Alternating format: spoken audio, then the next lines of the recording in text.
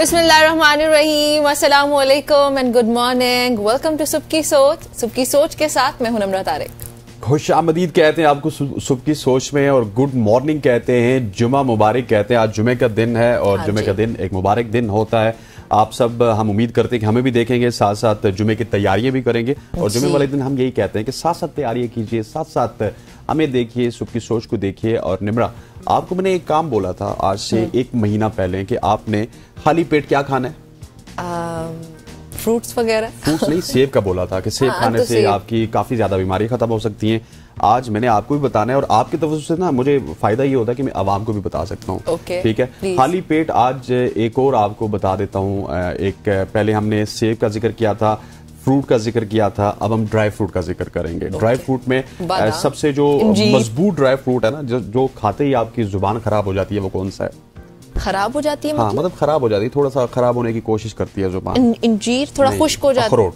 अच्छा, अखरोट मैंने आज खाया, बाय द वे मैं निकल रही थी, मेरी मामा ने मुझे दिया। वाह वाह वाह। अच्छा, आपने अखरोट खाया, तो आपको 3 इसमें मैं आपको बता देता हूँ कि अखरोट खाने से 3 चीजें नहीं होती। वो 3 चीजें मैं आपके लिए लिख के लाया था, और वो 3 चीजें ये हैं कि नंबर 1, आपकी जो मेमोरी है वो बहुत ज्यादा इंक्रीज हो जाती है जब आप अखरोट खाते हैं। ओके। सेकंड नंबर पे पिछले साल जो आपने मेरे से कोई बुराई की थी वो भी मेरे ज़हन में। हाँ एग्जैक्टली, वो भी आपके ज़हन में आ जाएगी। वैसे बुराई तो की नहीं, अच्छा ही की आपके साथ। और इसके अलावा जो ओवरऑल आपका ब्रेन फंक्शन है वो बहुत ज़्यादा इंप्रूव होता है। और सबसे बढ़ के अब आज आपने जब अखरोट खाया है, तो मैं समझता हूँ कि आपको रोज़ खाना चाहिए, क्योंकि अखरोट आपकी स्किन को बहुत ज़्यादा ग्लो करता है। सो अखरोट आपने खाली पेट खाना है, साथ आपने खाना है सेब।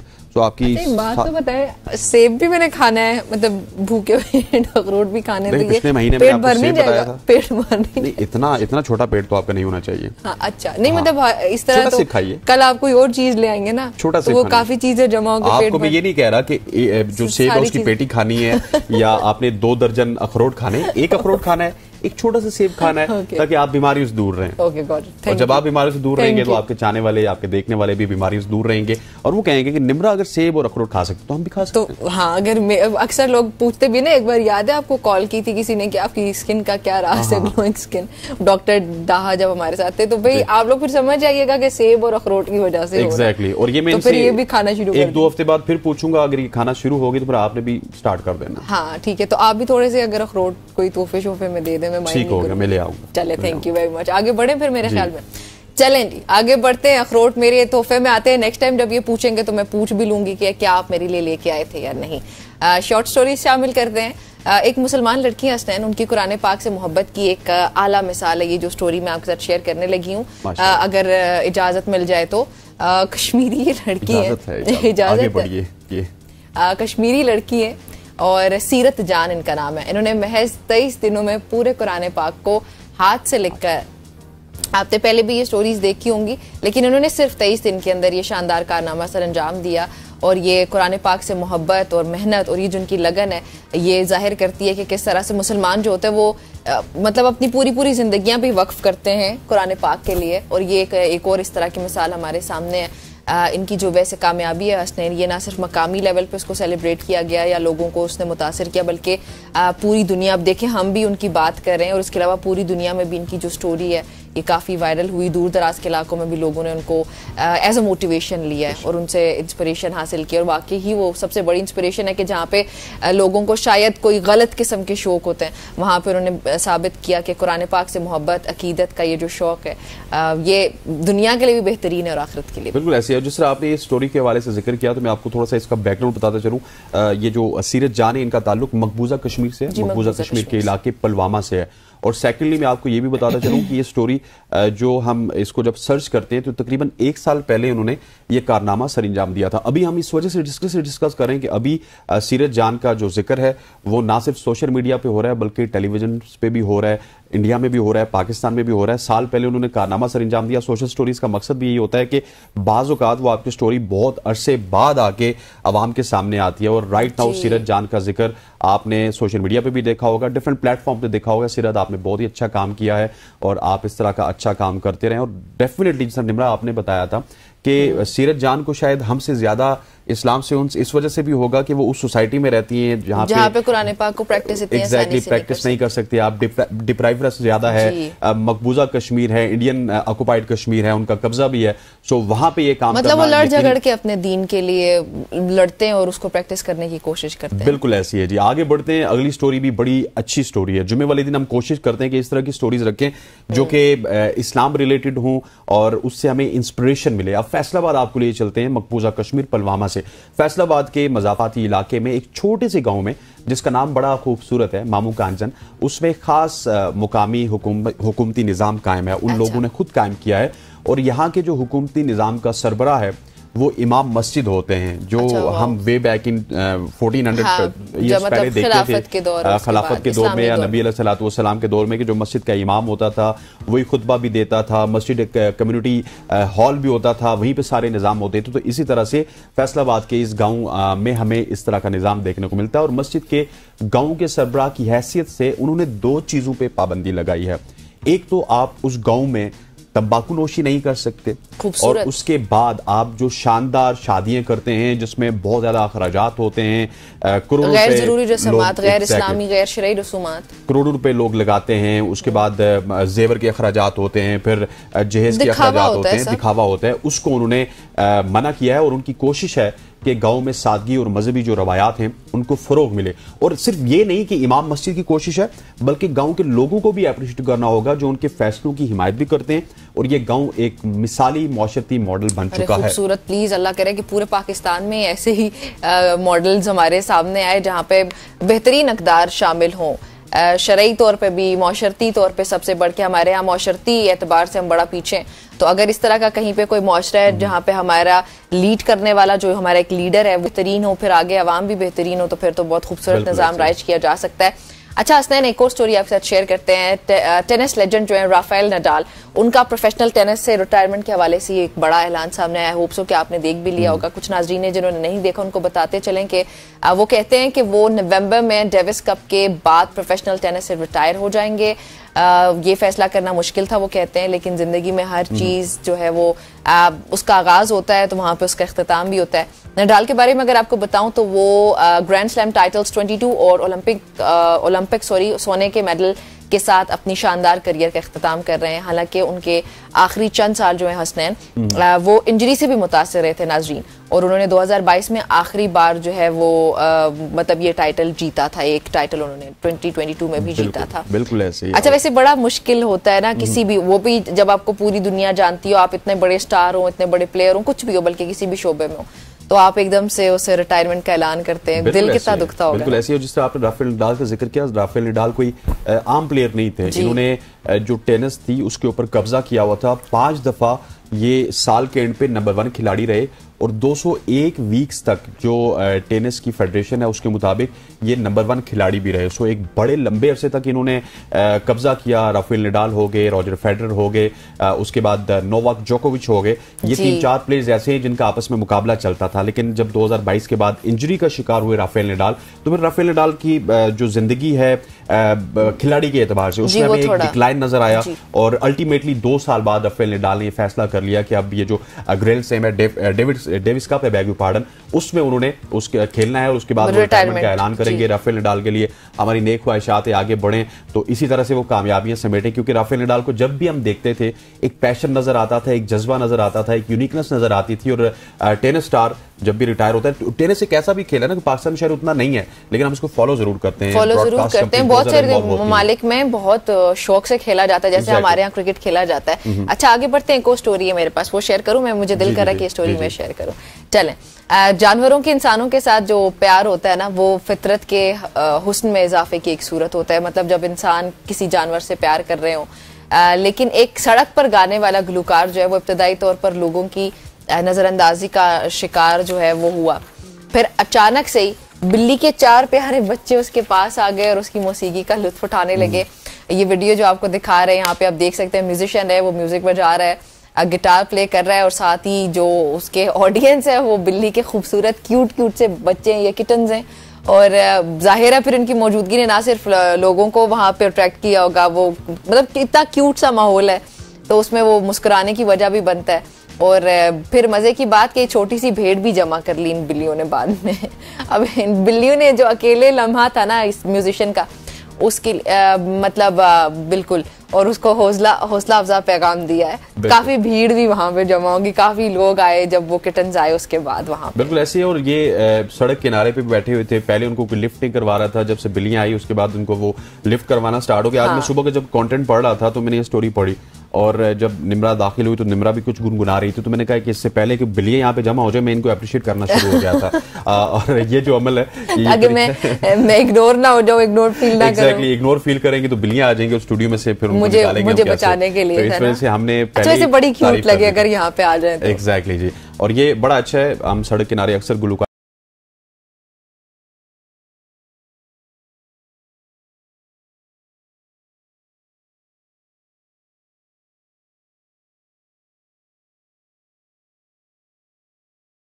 को देखते रहते हैं, लेकिन अब अगर इंसान उनसे मुतासिर नहीं होते तो बिल्लियां उनसे मुतासिर हो जाती हैं। That is very good. तो मजे से सुन रही है, प्यारी प्यारी सी। एग्जैक्टली जी। आगे बढ़ते हैं निम्रा। अब आगे मैं आपसे एक सवाल के बाद ही आगे चलूंगा। आप ये बताइए कि कभी आपने किसी जॉब के लिए अप्लाई किया हो तो कितने अरसे बाद आपको उसका जवाब आता है? जैसे अगर मैंने तो ऐसे एबीएन के लिए ही अप्लाई किया था। एक ही जॉब थी जी, इससे पहले मतलब एक और इदारे में, लेकिन एबीएन न्यूज में जब किया था तो एक हफ्ते के बाद, सीवी ड्रॉप करने के एक हफ्ते के बाद। आप तो बड़ी लकी हैं। लेकिन यहाँ पे मेरे पास जो किस्सा है वो बड़ा ही दिलचस्प है।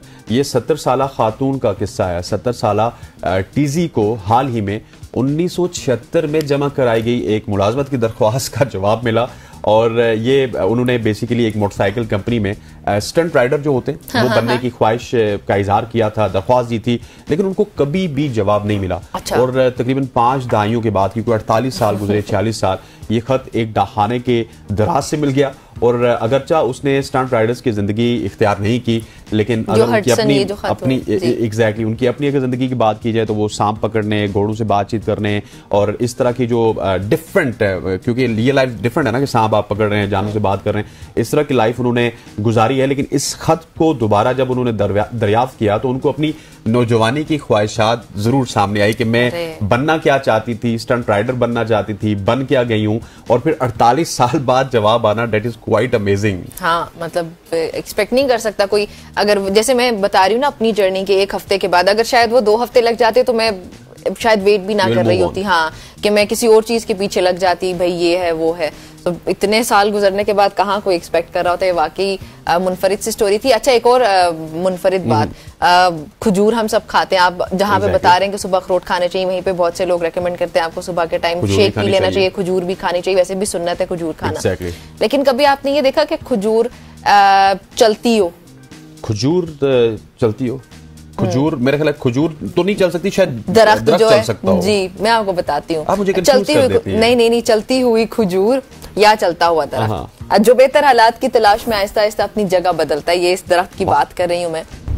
और ये अपनी जगह बदलता रहता है। इसके जो जड़ें हैं उनकी तब्दीली से जंगल में ऑब्वियसली रोनमा होती है। तब्दीली 65 फीट तक चलने की सलाहियत देती है ये। और ये सफर सुस्त और तकरीबन नाकाबिले एहसास होते हैं। मतलब कि देखें, ये दरख्त जो है चल रहा है, मूव कर रहा है, लेकिन उसके बावजूद कोई नोटिस नहीं कर पाता इसको। और ये कुदरत का एक अनमोल मिसाल है, आप कह सकते हैं। धूप हो, पानी हो या ग़िज़ाइयत, ये जो उसकी तलाश में है ना, ये दरख्त अपनी जगह बदलता रहता है। इसको जहाँ पे भी बेहतर वो लगता है कि यहाँ पे धूप बेहतर है, छाँव चाहिए, पानी चाहिए, नमी चाहिए, वट एवर इट नीड्स, तो वो वहाँ पे उसके मुताबिक, अल्लाह ताला के हुक्म के मुताबिक अपनी जगह बदलता रहता है। क्या बात है जी। और वो आयत याद आ गई, फबी आला रब्बिकुम मा तुकज़्ज़िबान, और तुम अपने रब की कौन कौन सी नेमतों को जुटलाओगे। खजूर के दरख्त के हवाले से आपने सुना होगा, खजूर आपने खाई होगी, किसी ने पाकिस्तान से खाई होगी, किसी ने मक्का और मदीना से आई हुई खजूर खाई होगी, क्योंकि मदीना को खजूरों का घर कहा जाता है। लेकिन इस तरह का दरख्त भी पाया जाता है, एग्जैक्टली अजवा खजूर, इस तरह का दरख्त भी पाया जाता है कि जो 65 फीट तक चल सकता है, और सिर्फ अपनी ग़िज़ाइयत पूरी करने के लिए, पानी की तलाश के लिए। और डेफिनेटली जो पानी की और अल्लाह ताला का हुक्म देखेंगे, कोई आप आमतौर पर उसको नोट नहीं कर पाते, लेकिन वो दरख्त मूव कर रहा है, वो चलता फिरता है। बिल्कुल ऐसी है जी। यहाँ पर वक्त हुआ जाता है एक शॉर्ट सी कमर्शियल ब्रेक का। ब्रेक लेते हैं, वापस आते हैं। स्टे विद अस।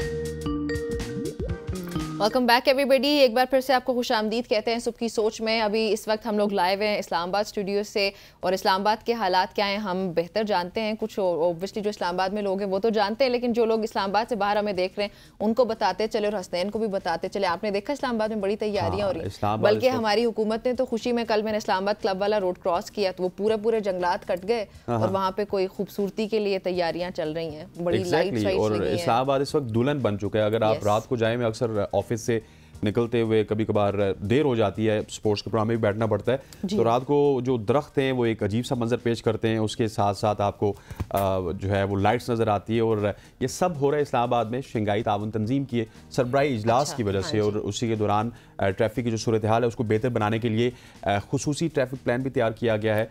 और इस मनसूबे के तहत निमरा 585 से ज़ायद ट्रैफिक पुलिस के अफसरान को पेशावराना तौर पर अपनी जो खिदमात हैं उनको भी वो अंजाम देंगे और शहरियों की सहूलत के लिए मुतबादिल रास्ते होंगे। बहुत सारी चीज़ें ऐसी होंगी, क्योंकि हमने पिछले दिनों में देखा है कि जब कोई धरना होता है, कोई इस तरह की चीज़ होती है, तो हमारे पास कोई प्लान नहीं होता। बताने वाले यही बताते हैं कि I-9 भी बंद है, ये वाला, लेकिन उसमें ना मुतबादिल रास्ते फराहम कर दिए गए हैं। हाँ, इसमें तो की गए हैं, लेकिन आमतौर पे नहीं किए जाते। आमतौर पे तो वो तो चले, एक अलग सूरत हाल थी ना धरने वाली, लेकिन अभी के नाज़रीन आपको बताते चलें कि मुतबादिल रास्ते फराहम किए गए हैं, जबकि कई अहम सड़कें जो है जैसे कि हसनैन कश्मीर चौक हो गया, सरीना होटल हो गया, ये बंद की जाएंगी। चीफ ट्रैफिक ऑफिसर जो है मोहम्मद सरफराज वर्क, उन्होंने शहरियों से अपील की है कि वो मुतबादिल रास्तों का ही इस्तेमाल करें और जो रोड्स ब्लॉक्ड हैं वो ओबियसली रीजंस की वजह से हैं, तो वहाँ पे गुरेज करे आने से और ट्रैफिक पुलिस के साथ ताउन करने की भी रिक्वेस्ट की उन्होंने। इसके अलावा शहरियों को ट्रैफिक की सूरत हाल से बाखबर रखने के लिए FM रेडियो 92.4 और सोशल मीडिया का भी इस्तेमाल किया जाएगा। अब ये तमाम तर सूरत हाल इस पर बात कर लेते हैं, मेरे ख्याल में बिल्कुल इस पर बात कर लेते हैं। हमारे साथ मौजूद है इन स्टूडियो जमान मुगल साहब, हमारे नुमाइंदा खुसूसी भी हैं। आप इनको कोर्ट्स में भी देखते हैं, उस दिन डी चौक पे भी देखा। सर कैसे हैं आप? खैरियत से? अल्हम्दुलिल्लाह ठीक है। जमान साहब, हमने अक्सर देखा है कि कोई इस तरह की कॉन्फ्रेंस होती है या फिर धरने होते हैं तो इस्लामाबाद के जो शहरी हैं वो बहुत ज़्यादा परेशान होते हैं। आपने पिछले जुमे को देखा होगा कि शहरियों के पास मुतबादिल रास्ते नहीं थे। अनफॉर्चुनेट है, लेकिन अभी अच्छी खबरें ये आ रही हैं कि ट्रैफिक प्लान दिए गए। तो आपके मुताबिक क्या खबरें, इन ट्रैफिक प्लान्स को किस तरह एग्जीक्यूट किया जाएगा? बिस्मिल्लाहिर्रहमानिर्रहीम। सबसे पहले तो ये है कि पाकिस्तान के लिए बड़ा एजाज़ है कि शंघाई ताउन तंजीम का इजलास जो है वो इस्लामाबाद में हो रहा है और इस इजलास के हवाले से इस्लामाबाद में बहुत बड़ी तैयारियां की जा रही हैं। और जो ट्रैफिक प्लान्स की आप बात कर रहे हैं, इस्लामाबाद ट्रैफिक पुलिस के जो SSP हैं सरफराज वर्क, उन्होंने पूरी कोशिश की है कि हम मुतबादल ऐसे रास्ते जो है वो शहरियों को दें कि जिससे उनकी आमदोरफ्त में तात्तल जो है ना आए। उसके लिए उन्होंने जो मरी जाने वाले लोग हैं उनको अलग रास्ता दिया है और जो पेशावर से आने वाले लोग हैं उनको अलग रास्ते दिए हैं और जो GT रोड इस्तेमाल करते हैं उनको अलग रास्ते दिए हैं, ताकि किसी न किसी तरीके से लोग जो है वो अपना ट्रैवल भी करते रहें और ये इजलास भी जो है वो खुश उसलूबी से चलता रहे। तो ट्रैफिक पुलिस की तरफ से मुकम्मल तौर पे जो है वो कोशिश की जा रही है कि इन ट्रैफिक प्लान्स के ऊपर जो है अमल दरामद किया जाए। लेकिन जो मुतबादिल रास्ते हैं वो बदकिस्मती से छोटे हैं और वहाँ से ट्रैफिक का दबाव इतना होगा कि वो उसको संभाल नहीं पाएंगे और कंजस्टेड सिचुएशन बन जाएगी। जैसा कि मरी जाने वाले रास्ते हैं या वहाँ से आने वाली ट्रैफिक है, उसको जब आप लोग अठाल चौक से बनी गाला की तरफ मोड़ेंगे और बनी गाला से आगे जाके लेतराड़ रोड या आप रावल डैम चौक की तरफ लेके आएंगे तो ट्रैफिक का दबाव इतना हो जाएगा कि लोगों के लिए शदीद मुश्किलात होंगी। लेकिन यह है कि कम अज़ कम ट्रैफिक चलती रहेगी और ट्रैफिक चलने से यह है कि कुछ टाइम लग जाएगा लेकिन शहरी अपनी मंजिल तक पहुंचने में जो उनको आसानी हो। अच्छा, जो नाज़रीन है हमारे, प्लीज़ जमान साहब उनको बताएं कि शंघाई ताउन तंजीम है क्या, ये समिट जो होने जा रहा है ये क्या है, इसकी क्या इंपॉर्टेंस है, ताकि जो लोग शिकायत भी कर रहे हैं ना कि ये क्या 5 दिन के लिए आपने पूरा मुल्क बंद कर दिया, तो उनको पता तो चले कि ये कॉन्फ्रेंस किस लिहाज से इंपॉर्टेंट है। जैसे मैंने पहले अर्ज किया कि ये पाकिस्तान के लिए एक बहुत बड़ा एजाज़ है। शंघाई ताउन तंजीम जिसमें दुनिया के बेशतर ममालिक के जो सरबराहान हैं उन्होंने आना है, डिग्निटीज़ ने आना है और पाकिस्तान में तो जब भी कोई इवेंट होने लगता है तो जो हमारे दुश्मन ममालिक हैं उनकी पूरी कोशिश होती है कि पाकिस्तान में कोई ऐसी एक्टिविटी ना हो जिससे पाकिस्तान की नेकनामी हो या इंटरनेशनल लेवल पे पाकिस्तान का इमेज बेहतर हो। तो ये पाकिस्तान की कामयाब सफारतकारी, इसको आप कह सकते हैं कि कामयाब सफारतकारी के बाद ये इवेंट यहाँ पे हो रहा है। और इस इवेंट के लिए भी दुश्मन ममालिक ने कोशिश की थी कि ये पाकिस्तान में ना हो, लेकिन अल्हम्दुलिल्लाह ये कामयाब इवेंट यहाँ पे होने जा रहा है और उसके लिए पाकिस्तानी हुकूमत जो है उसने कोशिश भी उसी अंदाज से की है। आपने देखा होगा कि माजी में हमने कभी इस तरह की सिचुएशन इस्लामाबाद की नहीं देखी कि जिस तरह इस्लामाबाद में तामीर व तरक्की के काम थे या इसकी खूबसूरती है, रोड लाइटिंग है, सफाइयाँ हैं, तो कम अज़ कम यह है कि अगर डिग्निटीज़ यहाँ पे आती हैं तो इस्लामाबाद के एनवायरनमेंट को देखती हैं और ये कामयाब इवेंट यहाँ पे हो जाता है, तो आने वाले दिनों में कोई भी इवेंट अगर पाकिस्तान जो है वो रिक्वेस्ट करेगा तो इंटरनेशनल लेवल पे इतनी पजीराई ज़रूर होगी कि पाकिस्तान में ये इतना बड़ा इजलास अगर कामयाबी के साथ हो सकता है तो बाकी इवेंट्स जो यहाँ पे होना भी कुछ नहीं। जैसे अभी जो आगे क्रिकेट के टूर्नामेंट्स हैं उनके हवाले से भी कुछ दुश्मन मालिक ने कोशिश की है कि यहाँ पे ना हो, लेकिन हमारी जो वजारत दाखिला है, खारजा है, उन्होंने दो टोक कहा है कि वो इवेंट्स जहाँ पर ही होंगे और उसको हम बेहतर अंदाज से अरेंज करेंगे। क्यों कि उनकी ये ख्वाहिश और कोशिश है कि हम इतना जो है वो तमाम करेंगे कि इंटरनेशनल लेवल पे लोग जो है इसको देख सके कि पाकिस्तान में ये कैपेबिलिटी है, ये पाकिस्तान में जो काबिलियत है कि पाकिस्तान ये इवेंट जो है ऑर्गेनाइज कर सकता है। ठीक हो गया। अच्छा, जिस तरह निम्रा आपने बताया था ना कि इसकी अहमियत क्या है, तो बहुत सारे दुनिया में ऐसे इवेंट्स हैं जिनकी बड़ी अहमियत है मुगल साहब। जिस तरह OIC है, ठीक है वो करती कुछ नहीं है लेकिन मुस्लिम कंट्रीज की वो रिप्रेजेंटेटिव है। इसी तरह यूनाइटेड नेशन की बात की जाए तो वो यूनाइटेड नेशंस को, पूरी दुनिया को रिप्रेजेंट करती है। फिर यूरोपियन यूनियन की अगर बात की जाए तो वो पूरे यूरोपियन जो 27-28 कंट्रीज हैं वो उनको रिप्रेजेंट करती है। और शंघाई ताउन तंजीम का ये है कि ये पूरे एशिया की सबसे बड़ी तंजीम है जिसमें एशिया के तमाम तर ममालिक शामिल होते हैं। और जमान साहब, इसमें दो इंपॉर्टेंट डिग्निटरीज भी शामिल हो रही हैं, prime minister of China and prime minister of Russia. So इन दोनों डिग्निटरीज के यहाँ पे होते हुए डेफिनेटली बहुत सारे ऐसे रूट्स हैं जो बंद भी रहेंगे। वो कौन कौन से रूट्स हैं जो बंद रहेंगे और अवाम उनके हवाले से आगाह रहे? इस हवाले से बहस करते हूँ कि चाइना और रशिया जो है उनकी जो डिग्निटीज़ ने आना है उसके हवाले से दो तीन बड़े मुल्क हैं, उनको भी बड़ी तकलीफ आप कह सकते हैं कि उनको भी बड़ी तकलीफ है कि ये लोग इसमें क्यों शामिल हो रहे हैं। और उनकी भरपूर कोशिश के बावजूद भी वो लोग यहाँ पे आ रहे हैं और उनका आना हमारे लिए खुशाइंद है। अगर रशियंस हमारे साथ कोलैबोरेट करते हैं, वो आते हैं, और चाइना का तो खैर हमारे साथ जो है वो पुराना एक बड़ा मजबूत तल्लक चला आ रहा है, तो रशियंस का इस इवेंट में आना और फिर इंटरनेशनल लेवल पे ये तासर जाना कि जी रशियन यहाँ पे आ रहे हैं, तो वो हमारे लिए एक बड़ी खुशाइंद बात है। उससे ये है कि हमारी कम अज़ कम पैरेलल सिचुएशन जो है वो वाज़ेह हो जाती है कि हमारा झुकाव सिर्फ एक तरफ नहीं है बल्कि दोनों तरफ है। रही बात जो रूट्स की है, तो रूट्स जैसे मैंने पहले अर्ज किया कि उसमें ट्रैफिक पुलिस ने ऑलरेडी चीजें डिसाइड कर दी है कि ये उसे डाइवर्ट करके बनिगाला के जरिए निकालेंगे। ये रूट है, राइट? जी। लेकिन उनके आने के हवाले से कोई स्पेशली ये नहीं है कि कोई मखसूस रूट जो बंद होना है, क्योंकि उन्होंने एक स्पेसिफिकली डिसाइड कर दिया है कि ये रूट्स जो हैं ये ट्रैफिक प्लान्स के मुताबिक ये बंद होंगे और ये लोगों के लिए जो है ना जो मुतबादल रास्ते हैं वो इस्तेमाल करेंगे। तो मेरा ख्याल है इस वक्त तक जो है लोगों को काफी अवेयरनेस भी हो गई है कि ये रूट्स जो है हमने इस्तेमाल करने हैं। रूट्स बंद रहेंगे मुगल साहब, सॉरी टू इंटरप्ट यू, ये 3 दिन के लिए बंद रहेंगे या जब उनकी मूवमेंट होगी तब बंद रहेंगे? नहीं, इन रूट्स को जो है वो 3 दिन के लिए मुकम्मल बंद कर दिया जाएगा, क्योंकि इस वक्त जो है गेस्ट की आमद का सिलसिला शुरू हो चुका है और जब गेस्ट की आमद का सिलसिला शुरू हो जाता है तो उसके बाद उनकी मूवमेंट भी होती है और जब मूवमेंट होती है तो उस वक्त फिर शदीद मुश्किलात होती हैं कि अगर रूट चल रहा है और हमारी बदकिस्मती से बेहंगम ट्रैफिक भी होती है, हम खुद जो है वो ट्रैफिक रूल्स को वायलेट करते हैं, कोई इधर से जा रहा है कोई इधर से जा रहा है, तो उनको उस वक्त से पहले ही बंद करना और उनकी मूवमेंट को जो है सेव करना वो बड़ा ज़रूरी था, इसलिए ट्रैफिक पुलिस ने जो है ये स्टेप लिया है। सही। अच्छा, ये इंडिया की क्या सूरत हाल है पड़ोसी मुल्क की तरफ से? विज़े खारजा जी मैं वही पूछ रही हूँ कि क्या पोजीशन है, क्या तैयारियां, उस पे क्या दुनिया नजरें जमाई बैठी है?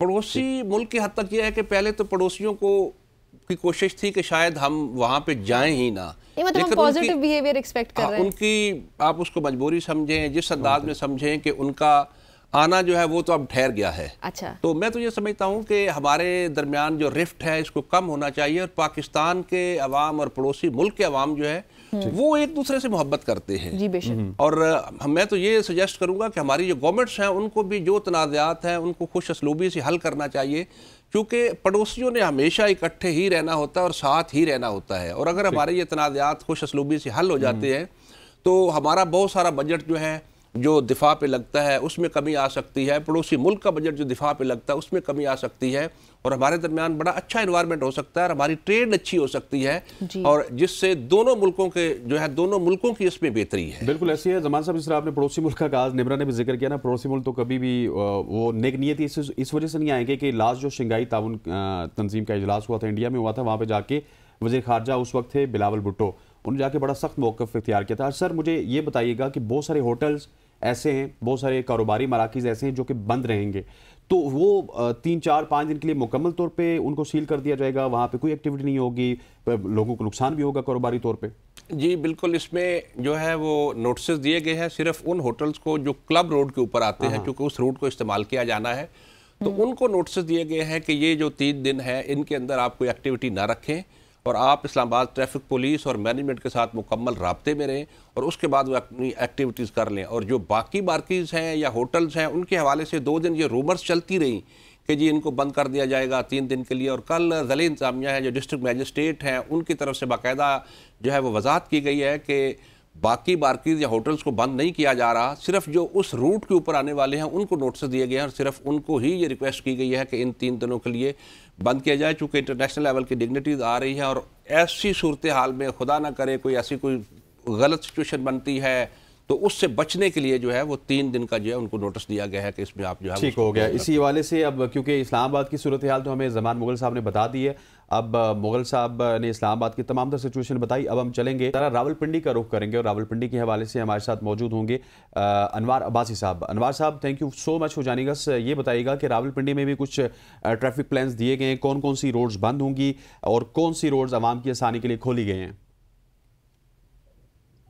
देखिए, ट्रैफिक प्लान जो दिया गया है उसके तहत जो रावलपिंडी से, चूंकि रावलपिंडी से यहाँ मैं अगर बात करूँ, यहाँ फैजाबाद के मकाम पे मैं इस वक्त मौजूद हूँ, यहाँ से इस्लामाबाद जो एक्सप्रेस वे की मेन एंट्रेंस है वो तो कुराल चौक से 0 पॉइंट तक बंद रहेगी। इसके अलावा यहाँ से जो मरी, आजाद कश्मीर और दीगर इलाकों को जाने वाले जो अवाम है वो पार्क रोड, बनी काला इस्तेमाल करके वहां से जा सकते हैं। चूंकि दूसरी तरफ से जो मरी रोड है, मलपुर से जो कंस्टिट्यूशन एवेन्यू है या सरीना चौक, यहाँ तक ये बंद रहेगी। इसके अलावा जो कश्मीर हाईवे से आने वाले या पेशावर या दीगर इलाकों से आने वाले जो अवाम है जो मरी जाना चाह रहे हैं या आजाद कश्मीर या दीगर इलाकों को जाना चाह रहे हैं, तो वो चांद तारा चौक से जो पाक चाइना फ्रेंडशिप सेंटर है वहां से पार्क रोड और बनी काला रोड इस्तेमाल करके फिर आगे बाराकाऊ के रास्ते मरी या दीगर इलाकों को या आजाद कश्मीर जा सकते हैं। इसी तरह जो फैजाबाद फ्लाई ओवर है, यहाँ से इस्लामाबाद के जो दाखिली रास्ते हैं ये यहाँ से बंद रहेंगे। बाकी जो दीगर इलाके जिस तरह कश्मीर हाईवे जो है चांद तारा चौक तक, उस पर ट्रैफिक रहेगी, लेकिन जो इस्लामाबाद में दाखिली रास्ते हैं उसे बंद कर दिया जाएगा।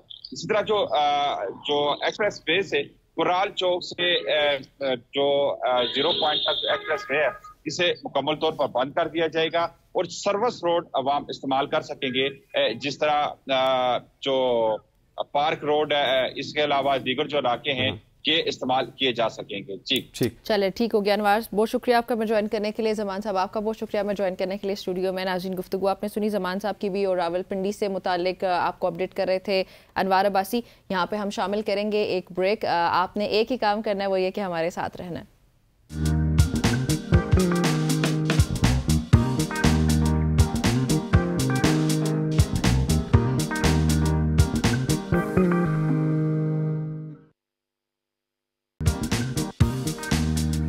Welcome back to show. अब हम बात करेंगे पॉलिटिक्स के हवाले से, मुल्की सियासत के हवाले से, जहां पे एक बार फिर मैं ये कहूंगा निमरा कि जो केपी है वो निगाहों का मरकज है।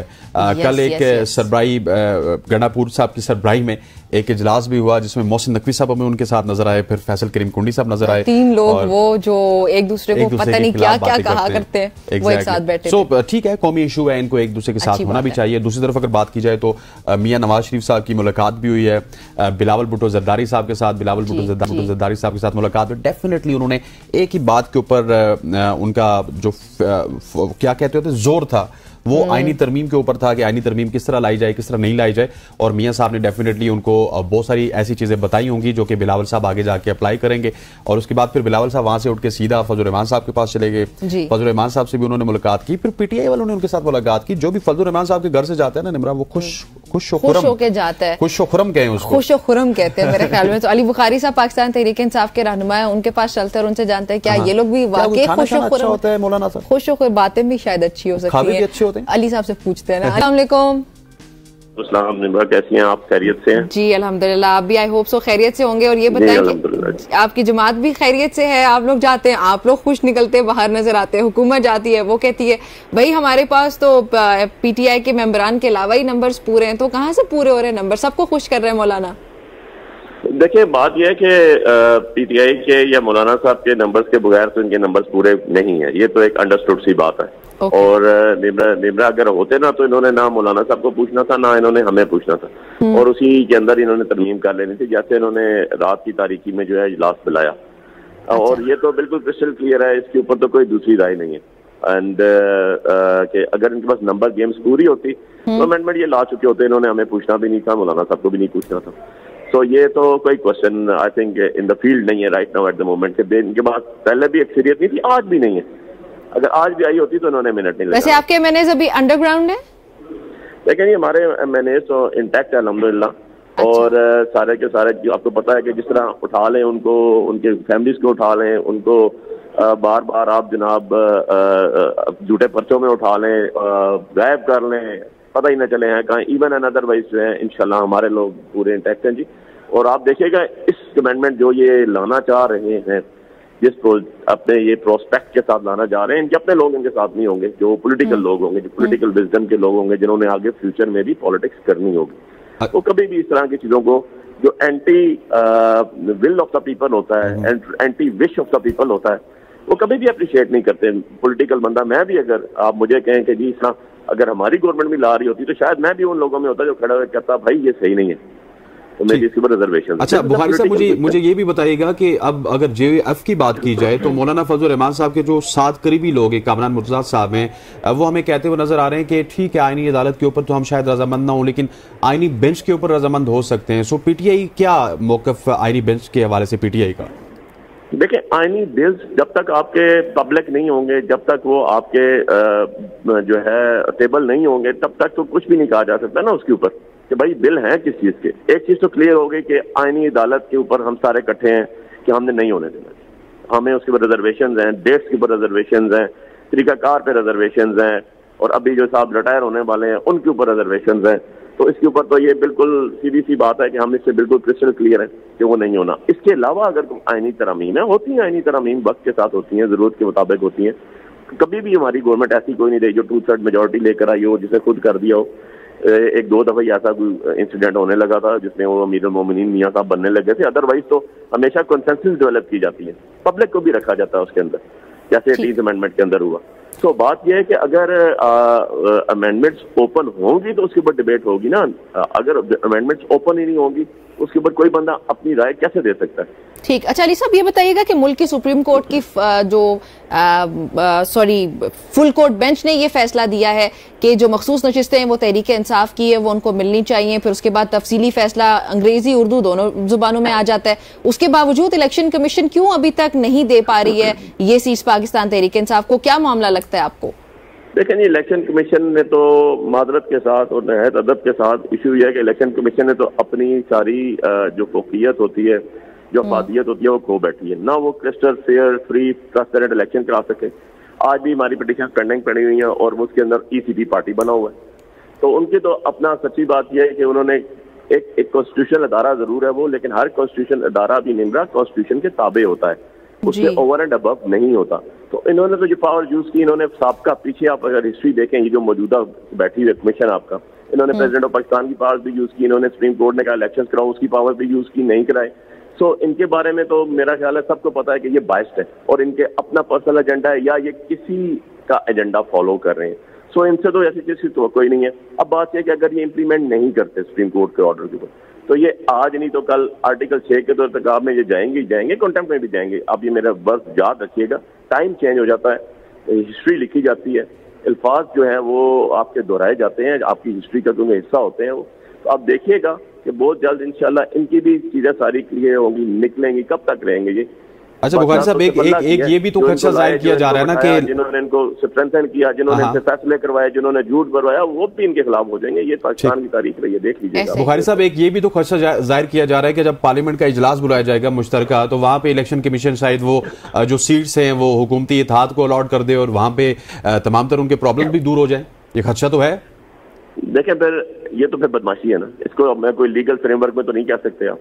मुझे कोई बता दे बंदा कि इसको लीगल फ्रेमवर्क में कोई नाम दिया जा सकता है?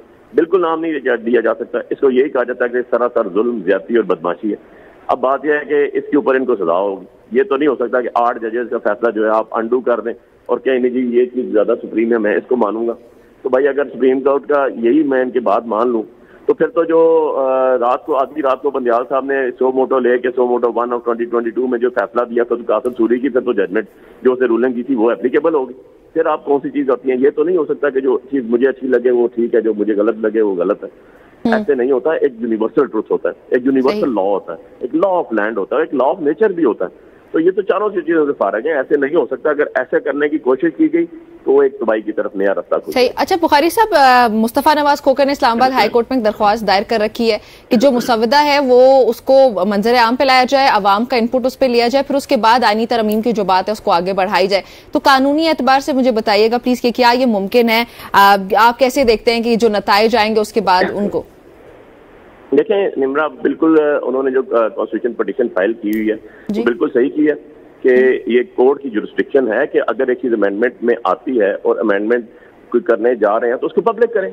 वो कोई प्राइवेसी कौन सी है उसके अंदर, इतनी सेक्रेसी कौन सी है, कौन सा नेशनल इंटरेस्ट की चीज उसमें है जो आप बता ही नहीं सकते किसी को, तो पब्लिक करें, बताएं अच्छा यार ये कर रहे हैं हम, ये ओपन आ गया, ओपन फोरम में डिस्कस होगा, ओपन फोरम पे उसको डिबेट होगी, हर बंदा का उसके ऊपर आएगा। कि ये तो नहीं हो सकता कि आप कहेंगे जी ये हो ही नहीं रहा जनाब और पता ही नहीं चल रहा। तो उसने सही पिटीशन की है, मैं बिल्कुल उसके साथ एग्री करता हूँ। और कोर्ट को भी मंगाना चाहिए कि भाई इसमें अंदर हो क्या रहा है, क्योंकि ये तो रूल ऑफ लॉ की बात हो रही है।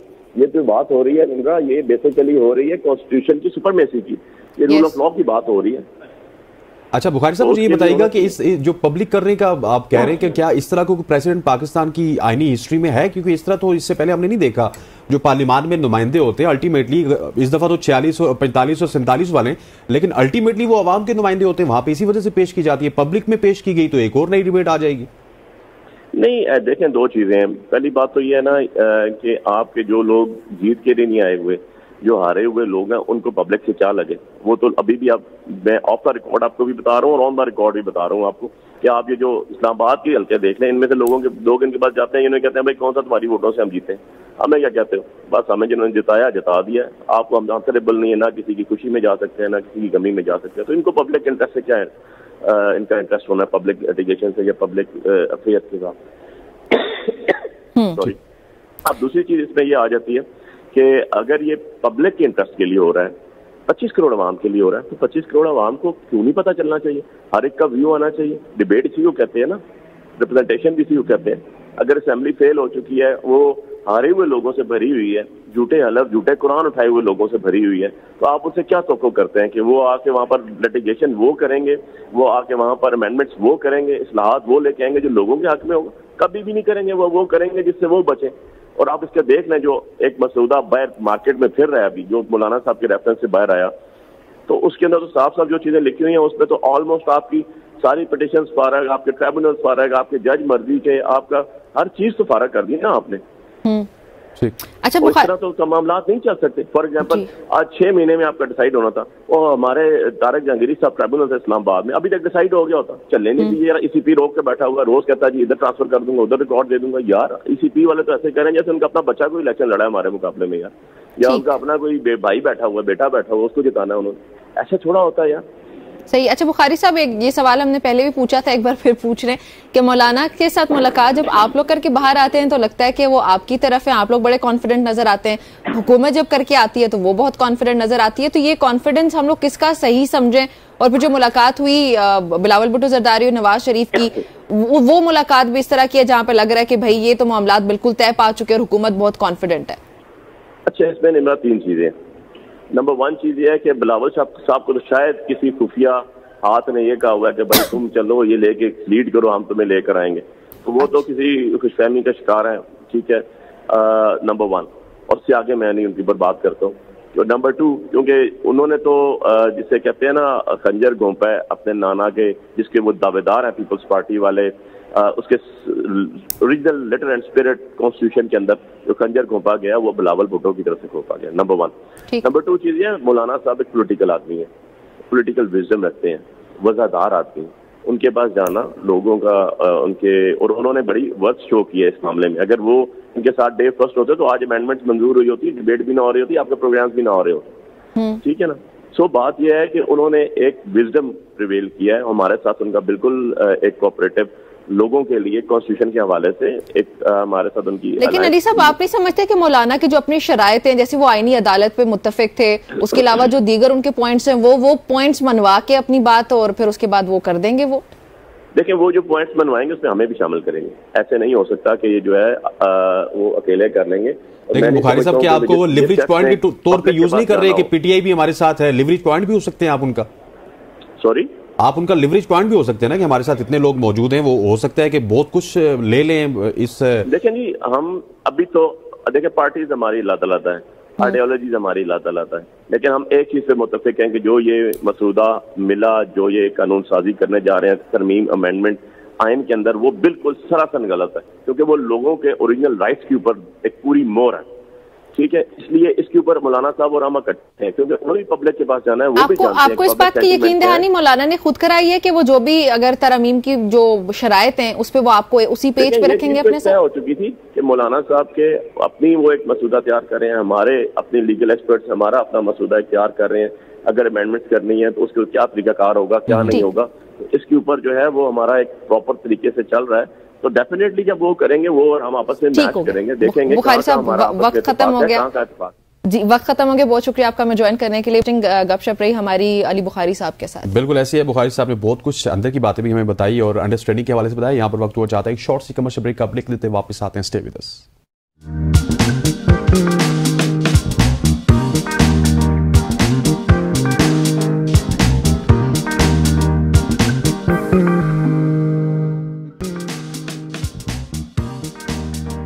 Welcome back to Subah ki सोच। अब हम बात करेंगे एक ऐसे दिन के हवाले से जो आज बनाया जा रहा है, international day of girl child. और मेरे साथ लड़की बैठी है तो मैं ख्याल है कि आपको ज्यादा एक्सप्लेन करना चाहिए। लड़की होने का फायदा उठा लेती है। चलें ठीक है, वुमेन कार्ड प्ले कर लेते हैं। हमारे साथ है जी इस वक्त बरतानवी हाई कमीशन इस्लामाबाद की डेप्यूटी हेड ऑफ कम्युनिकेशंस और मुशीर तालीम सायरा सैयद और स्नेहा लाला। और जो हमारा आज का टॉपिक है वो बेसिकली यही है कि जो हसनैन ने जिस दिन का जिक्र किया कि international day of girl child हम सेलिब्रेट कर रहे हैं, ये क्या दिन है, ये क्यों हम सेलिब्रेट कर रहे हैं और किस तरह से पाकिस्तान में बरतानवी हुकूमत पर्टिकुलरली क्या कर रही है, क्या अपॉर्चुनिटीज प्रोवाइड कर रही है लड़कियों को, खास तौर पे उनकी एजुकेशन से मुतालिक, उनकी सेहत से मुतालिक, दीगर जो तमाम तर मसाइल या चैलेंजेस हमारे यहाँ लड़कियों को फेस करने पड़ते हैं उससे मुतालिक। सब चलते हैं मेरे ख्याल में अपने गेस्ट की जानिब और उनसे बातचीत करते हैं। अस्सलाम वालेकुम, welcome to the show Saira, how are you doing?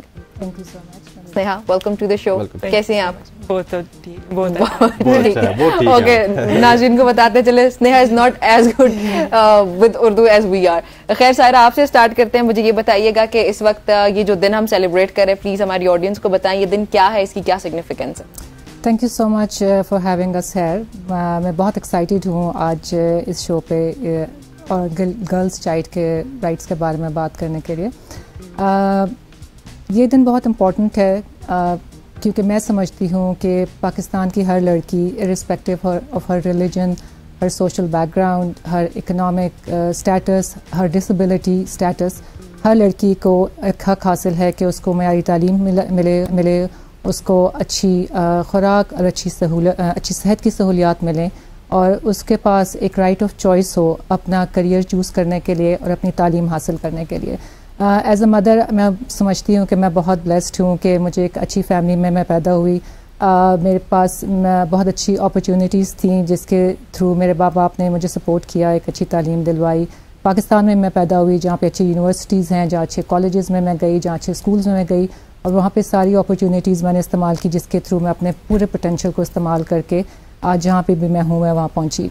I think आज का दिन बहुत इम्पोर्टेंट है। We want to show solidarity with all the girls who are resolved and who are not having what you had. Yeah, and who are committed to pursuing their education, who wants to excel in their career in the face of there's poverty in our country. There are climate changes that are happening and are affecting women and girls. There are other adversities, but these girls are resilient and we want to support their resilience. We want to stand with them. We want to show solidarity that we are there to promote their voices. This is why we are celebrating this day today. This is why we are celebrating this day. And इस साल इस day का जो theme है वो है girls their vision for their future. और हम चाहते हैं कि तमाम लड़कियां एक अपने जो भी उनका विजन है अपने फ्यूचर के लिए पूरा माशरा मिलकर, एक खानदान their मिलकर, choice for their future. बिल्कुल, Is that what you said?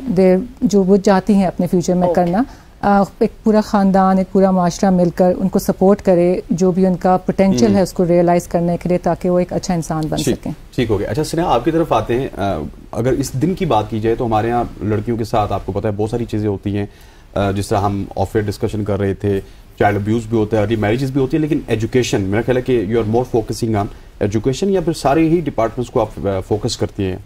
हम ये सारे को फोकस करते हैं। एजुकेशन बहुत अहम है लड़कियों के लिए, क्योंकि एजुकेशन से लड़कियों का फ्यूचर अनलॉक होता है ना। Yes. लेकिन ये सब बहुत इम्पोर्टेंट है और बहुत अहम है। हम कम्युनिटीज़ के साथ काम करते हैं इस सब में, क्योंकि सबसे अहम है कम्युनिटीज़ अंडरस्टैंड करते हैं ये इश्यूज और वो उनके काम करते हैं। क्योंकि हम बोल सकते हैं हाँ चाइल्ड मैरिज गलत है, हम बोल सकते हैं ये अब्यूज गलत है, But there should be something practical about it.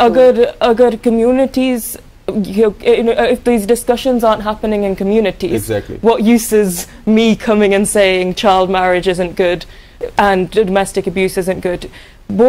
And it's important to involve communities to understand why this is happening. So after the floods in 2022, we're seeing अभी भी सिंध में जहाँ पे बहुत सारे डिस्ट्रक्शन हुआ, इंफ्रास्ट्रक्चर डिस्ट्रॉय हुआ, बहुत सारे चाइल्ड मैरिजेस हो रहा है उन एरियाज में। क्यों हो रहा है? क्योंकि पेरेंट्स के पास पेरेंट्स सोच रहे हैं कोई चॉइस नहीं है, मैं क्या करेंगे, एजुकेशन नहीं है, कुछ भी नहीं है। And it always had been like that. People are not, getting over that. फिर जो हम कर रहे हैं, हम कम्युनिटी के साथ इंगेज कर रहे हैं और हम कम्युनिटीज पे जा रहे हैं और कम्युनिटी सेंटर्स बिल्ड कर रहे हैं और ये कम्युनिटी सेंटर्स में लोग आते हैं और they come together and discuss the issues important to them in their community, and most importantly they come up with solutions as a community. It's not Britain coming and saying this is what you should do. It's that community saying, look, I'm seeing that there are child marriages happening. It's because of this lack of opportunity, this lack of this lack of education awareness. So we're going to come together and do awareness campaigns that work for the community. And through this approach, we've set up 1,000 community centers set up किया और text message campaigns, radio campaigns से, WhatsApp message campaign से we've reached 34 million people और बोला क्यों child marriage गलत है, क्यों domestic abuse गलत है, और most importantly ये messages हमारे तरफ से नहीं आ रहे हैं, ये कम्युनिटी से तरफ आ रहे हैं। कम्युनिटी आपको रिस्पॉन्स भी कर रही है, कम्युनिटी भी रिस्पॉन्ड कर रहे हैं। हमारे पास 44,000 ट्रेन्ड कम्युनिटी वॉलंटियर्स है और वो कम्युनिटी के साथ काम करते हैं और गवर्नमेंट भी के साथ काम करते हैं। वो प्रोविंशियल गवर्नमेंट के साथ बात करते हैं क्या हमारे प्रॉब्लम्स है, क्या हम चाहिए। हम यूथ वॉलंटियर्स के साथ भी एंगेज कर रहे हैं। हमारे पास 1,000 प्रोजेक्ट्स सपोर्ट किया यूथ वॉलंटियर्स के साथ और ये लड़कियां। So if we want to help girls, we put girls in the center of what they're doing. So girls at the center of the projects. So our approach is very much about working with the communities on these bigger issues. I mean, working on 1,000 projects or more than 1,000 projects is already so big. Can you please brief us about the projects that you guys have already done, the British government, with the British in terms of education के projects के बारे में बात करूँगी कि globally हमने 900 million pounds की investment की है गर्ल्स एजुकेशन पे और एजुकेशन सेक्टर रिफॉर्म्स के ऊपर। अभी करंटली इसके अलावा भी हमारे बहुत सारे ग्लोबली प्रोजेक्ट्स पे काम हो रहा है, बट मैं पाकिस्तान के ऊपर फोकस करके बात करूंगी कि पाकिस्तान में हमारे 3-4 फ्लैगशिप इनिशिएटिव्स हैं। एक हमारा जो फ्लड रिस्पांस के प्रोग्राम के बारे में उन्होंने बात की, जो कि 2022 के फ्लड्स आए थे, उसके बाद जो स्कूल्स में डिस्ट्रक्शन हुई और जो स्पेशली साउथ पंजाब में और केपी के खैबर पख्तूनख्वा के मर्ज डिस्ट्रिक्ट्स के अंदर हमारा प्रोजेक्ट काम कर रहा है, जिसमें हम स्कूल की बेसिक फैसिलिटीज़ को इम्प्रूव करते हैं, बेसिक इंफ्रास्ट्रक्चर जो डैमेज हुआ है फ्लड्स के बाद, और उसके अलावा हम स्कूल्स में एक पूरा पैकेज प्रोवाइड करते हैं जिसमें कि लर्निंग किट्स होती हैं बच्चों के लिए, टीचर्स को ट्रेनिंग प्रोवाइड की जाती हैं और इसके अलावा साइको सोशल सपोर्ट की ट्रेनिंग्स प्रोवाइड की जाती हैं, जिसके थ्रू हम 600 के करीब स्कूल्स जो हैं इन दो सूबों में हमने उनको रिहेबिलिटेट किया है। और इसके अलावा हज़ारों बच्चों को हमने वापस स्कूल में लेके आए हैं जिसमें इम्प्रूव फैसिलिटीज़ उनके पास हैं और वो उन स्कूल्स में सेफ महसूस करते हैं। एक हमारा प्रोग्राम है girls and out of school children का, जो कि अभी करंटली चल रहा है और 2027 तक हम इस प्रोग्राम के थ्रू 250,000 गर्ल्स को, आउट ऑफ स्कूल गर्ल्स जो हैं उनको स्कूल में एनरोल कराएंगे और उनको स्कूल में दिल स्टे इन स्कूल। उसके अलावा 150,000 गर्ल्स जो हैं उनको हम by the age of 10 they will be able to read इस प्रोग्राम। और ये जो आपकी इन्वेस्टमेंट है ये कब से चल रही है और कितने लंबे अरसे से आप ये काम कर रहे हैं?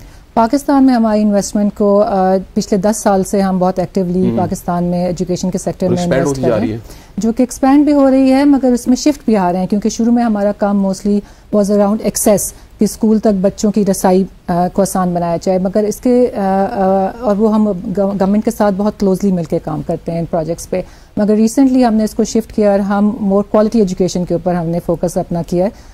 इसके अलावा हमारा ब्रिटिश काउंसिल के थ्रू शीवनिंग का प्रोग्राम है, जो कि स्कॉलरशिप्स हैं, जो कि हायर एजुकेशन के स्कॉलरशिप्स हैं। उसमें भी हमने देखा है कि पिछले 3 साल में 50% जो स्कॉलरशिप्स हैं वो scholarship holders are now women for the Chevening scholarships.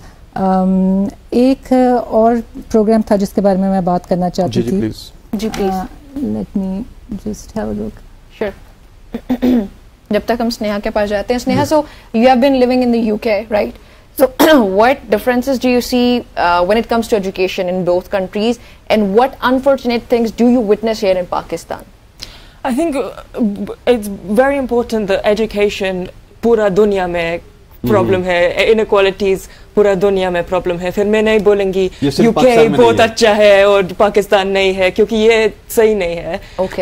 लेकिन जो हम देख रहे हैं, जो पाकिस्तान में कोशिश कर रहे हैं और वो काम कर रहे हैं, बहुत सारे अटेंशन हो रहे हैं क्या सब लोग एजुकेशन मिल सकते हैं और सब लोग एजुकेशन जो सही है उनके लिए मिल सकते हैं, इक्वल अपॉर्चुनिटी।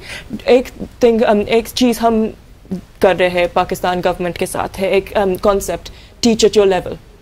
अगर एक बच्चा से फ्लड्स में 2 साल एजुकेशन लूज किया, वो बच्चा अभी 10 साल है, और फिर लेकिन उनके एजुकेशन लेवल 8 साल जैसा बच्चा है, क्योंकि वो 2 साल मिस किया उसने ऑलरेडी। फिर अगर आप 10 साल के लेसन्स देते हैं उस बच्चे के लिए, फिर वो लर्न नहीं करेंगे। 2 साल गैप है, क्योंकि कुछ नहीं लर्न करेंगे और फिर they'll fall further and further behind.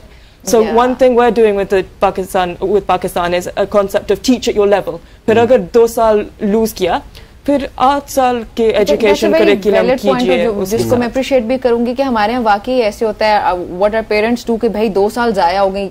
As matters more than what they are learning or not. Yeah, so it should be learn at your level, not at your age. Exactly. If your level is that of an 8-year-old, do the curriculum of an 8-year-old, not a 10-year-old, and then you catch up really quickly, and then you get to be at the level of the 10-year-old really quickly and join everyone else. And we've seen it going so well. We've seen it in Sindhi, English, maths, Urdu, all of these subjects. People's scores have just gone incredibly high by doing this teach at your level. आपको prime मिल गया अपना? जी, मैं scholarship programme के बारे में बात करना चाहती थी, जो कि पंजाब में हमने 80,000 बच्चियों को स्कॉलरशिप फराहम की है, जो कि लोअर मिडिल और लोअर इनकम फैमिली से ताल्लुक़ रखती थी बच्चियाँ, और उन्होंने पोस्ट प्राइमरी इन स्कॉलरशिप के थ्रू अपनी एजुकेशन को परसू किया, और ये Punjab education sector reform program के अंदर। और इनको शॉर्टलिस्ट किस तरह करते हैं आप लोग? शॉर्टलिस्ट का हमारा क्राइटेरिया होता है, जिस तरह आपके बेनज़ीर इनकम सपोर्ट प्रोग्राम का स्कोर कार्ड है, बच्चियां जो कि लो फैमिलीज से होती हैं, हमारा शॉर्ट लिस्टिंग स्टार्ट होती है from the selection of the district. आप किन डिस्ट्रिक्ट्स में काम करना चाहते हैं, बिकॉज हमारी कोशिश ये है कि हम मोस्ट मार्जिनलाइज्ड बच्चों तक पहुंच सकें। सो वो स्टार्ट होता है कि आप वो डिस्ट्रिक्ट्स कौन से चूज़ करते हैं, उनके पावर्टी स्कोर कार्ड क्या है, उनका फैमिलीज़ का, उनकी पावर्टी इंडेक्स पे वो कहाँ पर आते हैं, उनमें स्कूल्स कितने मौजूद हैं, और ये सिलेक्शन जो होती है प्रोविंशियल गवर्नमेंट के जो एजुकेशन डिपार्टमेंट्स हैं उनके साथ मशावरत के साथ की जाती है। आप लोग गवर्नमेंट्स के साथ मिलके करते हैं, जैसे आप पंजाब के प्रोजेक्ट का बता रही हैं, ये पंजाब गवर्नमेंट ऑन बोर्ड है उस पर? जितने भी प्रोग्राम हमारे एजुकेशन में यूके की गवर्नमेंट सपोर्ट करती है, वो तमाम के तमाम प्रोग्राम हमारी सूबाई गवर्नमेंट्स या वफाकी गवर्नमेंट के साथ ताउन में बनाए भी जाते हैं और डिलीवर भी ज़्यादा शुक्रिया इस वजह से कि आपको मैंने वैसे ही कहा था ऑफ एयर कि सलीस उर्दू आप बोलेगा, तो आपने वो बोली है, मुशावरत भी आपने बोला। Thank you so much for, आपका भी बहुत बहुत शुक्रिया, आपने इन डिटेल बात की सुनिया। और ख़वातीन वज़ात हमने चाइल्ड के हवाले से बात की, गर्ल्स के हवाले से, गर्ल्स की एजुकेशन के हवाले से बात की। उम्मीद करते हैं कि आपको ये मैसेज पहुंचेगा और जितनी भी कम्युनिटीज़ हमें देख रही हैं, चाहे वो सिंध से देख रही हैं, KPK से देख रही हैं, वो इस मैसेज को पॉजिटिवली लेंगे। यहाँ पर वक्त हुआ चाहते हैं एक शॉर्ट सी कमर्शियल ब्रेक का, ब्रेक लेते हैं, वापस आते हैं। स्टे विद अस।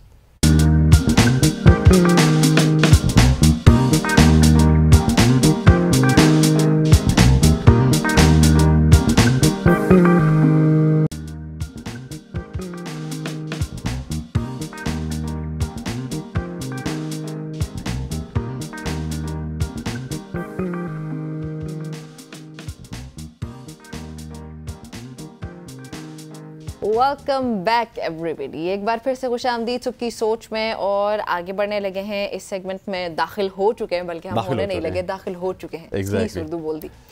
क्या हो वैसे ये जिस अंदाज में आपने सेगमेंट को ओपन किया, इस अंदाज में आज ओपनिंग बनती नहीं थी। अच्छा हाँ, क्योंकि पाकिस्तान के जो हालात है वो बहुत ही ज्यादा खराब है। मुल्तान टेस्ट हमारे हाथों से जा रहा है। कल हमारे साथ सीनियर जर्नलिस्ट बदरुल जमान साहब मौजूद थे, उनसे आपने प्रिसाइसली सवाल किया था कि क्या हम टेस्ट मैच बचा पाएंगे, तो उन्होंने कहा था कि अगर कोई और टीम हो तो हम बचा सकते हैं, लेकिन पाकिस्तान की बात कीजिए तो हम नहीं बचा सकते। और कुछ ऐसा ही हुआ। आपको पता है इंग्लैंड ने हमारे खिलाफ 800 से ज्यादा रन बनाए हैं एक इनिंग्स में, और हम 500 पौने 600 रन बना के कह रहे थे कि हमने पता नहीं पहाड़ कर दिया। और हमारा कोई भी बॉलर ऐसा नहीं है जिसको उसने सही पीटा ना हो। सही करके उनकी धुलाई की है।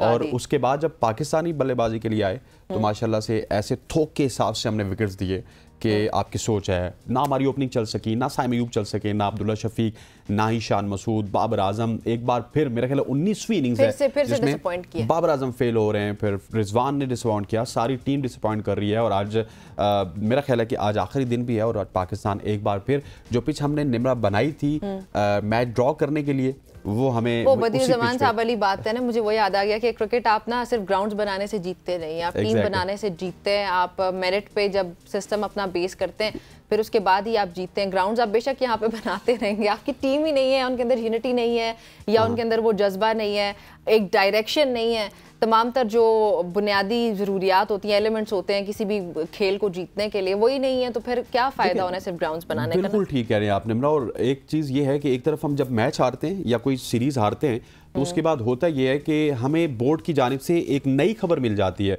बड़ा अनफॉर्चुनेट ये है कि हमने पिछले कुछ एक डेढ़ साल में हमने किया ये कि बहुत सारे हमने तजुर्बात किए। अभी आज सुबह में देख रहा था न्यूज़ चैनल्स में और बहुत सारे ज़राए से ये हमें पता चल रहा था कि अब आकिब जावेद साहब आएंगे और अजहर अली साहब आएंगे, वो कौम की जो है वो क्रिकेट की बहती नैया को संभालेंगे। पता नहीं असर नो उसको तरतीब दिया जाएगा जो आपकी सिलेक्शन कमेटी है। लेकिन बहुत ज़्यादा तजुर्बात हो रहे हैं, उन तजुर्बात से हमें फ़ायदा नहीं हो रहा। हमारी टीम डिक्लाइन पे जा रही है। सिर्फ एक फॉर्मेट में नहीं, टेस्ट क्रिकेट की बात की जाए हमारा डिक्लाइन है, ओडीआई क्रिकेट की बात की जाए वहां भी हमारा डिक्लाइन है, T20 क्रिकेट की बात की जाए उसमें हम डिक्लाइन पे जा रहे हैं। हम ठीक कहां पे हो रहे हैं? और फिर जब क्रिकेट बोर्ड के चेयरमैन से बात की जाए तो वो कहते हैं हम सर्जरी भी करेंगे, ऑपरेशन भी करेंगे, नए लोग भी लाएंगे, मेंटोर्स को 55 लाख रुपया भी देंगे या 60 लाख रुपया भी देंगे, लेकिन रिजल्ट नहीं प्रोड्यूस करेंगे। खिलाड़ी जो है वो भी करोड़ों के हिसाब से पैसे कमाएंगे, सब कुछ होगा, लेकिन पता नहीं बिल्कुल ऐसे ही क्रिकेट हम जीतेंगे कब, जो हमारी जवाल आ चुका है ना वो बिल्कुल ऐसे। इसी हवाले से हमारे साथ मौजूद है इमरान सिद्दीक साहब। Sir thank you so much for joining us. हमारा इंट्रो तो आपने सुन लिया, जिस तरह आपको परेशानी होगी हमें भी होगी। इमरान भाई, क्या वजह है कि पाकिस्तान की टीम रिजल्ट प्रोड्यूस नहीं कर रही, और उस पिच पे जहां पे 800 रन बना रही है इंग्लैंड की टीम, वहां पे आपकी टीम 150 पे 6 आउट हो जाते हैं उनके? देखें, ये कोई एक वजह तो हम इसको सिंगल आउट नहीं कर सकते। आप इसमें दूसरी इनिंग्स जो हमारी टेस्ट क्रिकेट में चल रही है वो बहुत ख़राब चल रही है। हमारी जो फास्ट बॉलिंग है वो बहुत ज़्यादा ख़राब चल रही है। आपके पास टॉप क्वालिटी का कोई स्पिनर नहीं है। सईद अजमल के बाद से आप कोई एक आज तक कोई स्पिनर नहीं बना पाए। तो मल्टीपल रीजंस हैं इसके, और ये जल्द अज जल्द पाकिस्तान क्रिकेट बोर्ड को ठीक करना होगा, क्योंकि जब आपके कमर्शियल्स और जब आपके मार्केट में वैल्यू कम होती रहेगी जिस तरह आप हारते रहेंगे। अब आप देखें, अगर आज पाकिस्तान की टीम हारती है, वैसे तो अभी आमिर जमाल और सलमान अली आगा अच्छी बैटिंग कर रहे हैं और रेजिस्टेंस शो कर रहे हैं, लेकिन अगर आज पाकिस्तान की टीम हारती है तो फिर ये पाकिस्तान की हिस्ट्री की वर्स्ट लूजिंग स्ट्रीक होगी। पाकिस्तान कभी भी 2 सालों में अपने होम ग्राउंड पर 7 टेस्ट मैचेस नहीं हारा है। 1969 से 1975 की अगर हम बात करते हैं तो वहाँ पाकिस्तान ने 10 टेस्ट मैचेस खेले थे, लेकिन वो ड्रॉ हुए थे। एक में सिर्फ पाकिस्तान को शिकस्त हुई थी, लेकिन यहाँ पर 11 टेस्ट मैचेस में से आप 7 टेस्ट मैचेस जो है वो हार गई है आपकी टीम, तो एक ये वर्स्ट लूजिंग स्ट्रीक है। तो ये अब ये देखें ना, हर सीरीज के बाद और हर मतलब हर इवेंट के बाद एक नए लॉलीपॉप जिसको मैं कहूंगा कि दिया जाता है पाकिस्तान क्रिकेट बोर्ड की जानिब से, जी सिलेक्शन कमेटी आ रही है, नई सिलेक्शन कमेटी, और उनके पास इख्तियार होगा। अब मुझे बताइए, आकिब जावेद या अजहर अली ये क्या करेंगे आके? इन्होंने भी उन्हीं खिलाड़ियों को सिलेक्ट करना है। ये कोई ऑस्ट्रेलिया की डोमेस्टिक से या इंग्लैंड की डोमेस्टिक से खिलाड़ी सिलेक्ट करने नहीं आ रहे हैं, पाकिस्तान की डोमेस्टिक से सिलेक्ट करने आ रहे हैं। तो पाकिस्तान की डोमेस्टिक में अगर हम नजर घुमाएं तो आपको कोई टॉप क्वालिटी स्पिनर नजर नहीं आ रहा, आपको कोई फास्ट बॉलर नजर नहीं आ रहे। हमारे जो अपने फास्ट बॉलर हैं, जो नसीम शाह हैं, जो शाहीन शाह अफरीदी हैं, मैंने हसनैन के प्रोग्राम में भी कई मरतबा बात की है। आप इनकी 2021 की और 22 की फिटनेस देखिए, आज की इनकी फिटनेस देखिए, जमीन आसमान का फर्क है। इनकी बॉडी देखिए पहले और आज, और इनका पेस देखिए पहले और आज। जब आपके पास ये बॉडी होगी, पेस आपका नीचे जाता रहेगा, स्विंग आपके हाथ से निकलती जाएगी, तो फिर आप किस तरह से परफॉर्म करेंगे? देखें, ये पिच का रीजन आजकल सोशल मीडिया पे चल रहा है। क्या वसीम अकरम या वकार यूनुस या शुएब अख्तर या उमर गुल के जमाने में पिच हम ऑस्ट्रेलिया से मंगवाते थे, इसी पिच पे परफॉर्म करते थे वो लोग, इसी पिच पे हमें मैचेस जितवाते थे, अपनी स्किल से बॉलिंग करते थे। अब ये थोड़ी, इंग्लैंड में जाके तो आप किसी को भी बॉल दे देंगे वो आउट कर देगा। इंग्लैंड में फास्ट बॉलर्स के लिए कंडीशंस होती है, ऑस्ट्रेलिया में कोई भी आउट कर देगा, वहां पर कंडीशंस अच्छी मिलती है। आपका टेस्ट वहां पर होता है जब आपके कंडीशंस आपके खिलाफ जा रही हो। अगर आप अच्छा परफॉर्म नहीं कर रहे तो कम से कम आपकी इतनी कैपेबिलिटी तो होना चाहिए कि आप बहुत बुरा भी परफॉर्म ना करें। तो मैं ये कहूंगा कि बहुत ही बुरी परफॉर्मेंस है, चाहे वो शाहीन शाह अफरीदी हो हमारे फास्ट बॉलर में, चाहे वो नसीम शाह हो, चाहे कोई दूसरा फास्ट बॉलर हो। इनको अपनी स्किल सेट, अपनी फिटनेस, अपनी जो बॉडी है वो पहले के लेवल पर लानी होगी, तब जाके मामला जो है वो कुछ ठीक हो सकते हैं। सिलेक्शन कमेटी को तब्दील करने से, कोचेस को तब्दील करने से कुछ भी नहीं होगा। वाकई बिल्कुल ठीक कह रहे हैं, ये एक्सपेरिमेंट तो पहले भी बहुत बार हम कर चुके हैं, और सिर्फ ये करते रहने से ही मसाइल हल नहीं हो जाएंगे। अच्छा, पाकिस्तान का इतना कमजोर बॉलिंग लाइनअप, जहां पे पहली बार कोई टीम आपके खिलाफ 800 से भी ज्यादा रन स्कोर कर जाती है, मतलब आप कर क्या रहे थे? आप क्या गेंदे करा रहे थे या आप सोते हुए कुछ कर रहे थे? क्या कर रहे थे आप? देखें, थोड़ा सा लक भी इंग्लैंड के फेवर में गया, क्योंकि एक हैरी ब्रोक जो है वो शुरू में आउट हो चुके थे, लेकिन वो बॉल स्टंप्स पे लगने के बावजूद जो है वो स्टंप्स नहीं गिरे, जिसकी वजह से वो नॉट आउट रहे। फिर उसके बाद उनका 150 के आसपास शायद बाबर आजम ने कैच ड्रॉप कर दिया, उसके बाद उनको एक और लाइफ लाइन मिली, फिर उन्होंने 150 से ज्यादा रन बना दिए। तो जब आप ऐसी विकेट पर खेल रहे होते हैं जहां पर बॉलर्स के लिए अपॉर्चुनिटीज कम होती हैं, तो आपको हर अपॉर्चुनिटी, हर कैच, हर मौका जो है वो ग्रैब करना पड़ता है। ऐसे गलती जो है वो इस पिच पे बैट्समैन बार बार नहीं करता। अब हैरी ब्रोक का अगर आप कैच छोड़ेंगे, जो रूट के जैसे बैट्समैन की आप अपॉर्चुनिटी मिस करेंगे, रन आउट कहीं, तो फिर आपके लिए मुश्किलात जो है वो बढ़ेंगे। और दूसरी तरफ उनको अगर आप देखें, उन्होंने पूरी अपॉर्चुनिटीज अपनी ग्रैब की हैं। आप उनकी फील्ड पोजीशन देखें, आप उनकी अनयूजुअल सेटिंग देखें, वो प्रेशर में ला रहे हैं, गलती करने पे मजबूर कर रहे हैं। कल शान मसूद किस तरह आउट हुए, वो कोई यूजुअल पोजीशन नहीं है किसी फील्डर की। कल जो पाकिस्तान की इनिंग शुरू हुई है, उन्होंने फील्ड अपनी कैसी लगाई है, किस तरह से अटैकिंग फील्ड कर रहे थे, और हमारे जो कैप्टन है वो 2 या 3 चौके लगने के बाद पूरी की पूरी फील्ड खोलकर बैट्समैन को मौका देते हैं कि आप सिंगल डबल करते रहें और विकेट पर जो है वो सेट होते रहें। लेकिन जब तक आपकी अटैकिंग फील्ड सेट नहीं होगी, जिस तरह से और ये ऑलीपॉप कर रहे हैं, ये बेन स्टोक्स कर रहे होते तो समझ में आता कि वो एक सीनियर कप्तान है। yes. उनके जो डेप्टी हैं वो भी इस तरह से अच्छी कैप्टनसी कर रहे हैं, लेकिन हमारे सीनियर जो शान मसूद जो 2009-10 से खेल रहे हैं, उनको ये बात समझ नहीं आ रही कि जो विकेट अब डेड है, बॉलर्स के लिए अपॉर्चुनिटीज नहीं है, तो कुछ अनयूजुअल उनको करना पड़ेगा। कहीं ना कहीं पे आपको बैट्समैन को कंसंट्रेशन जो है वो लूज करनी पड़ेगी।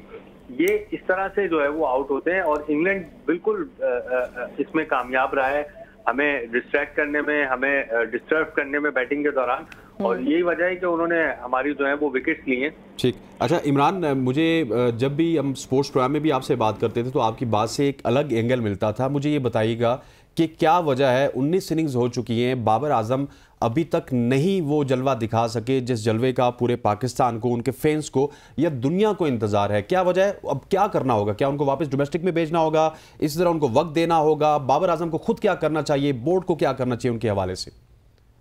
देखिए, मैं इसमें एक मिसाल देता हूँ, चाहे वो केन विलियमसन हो, चाहे वो विराट कोहली हो।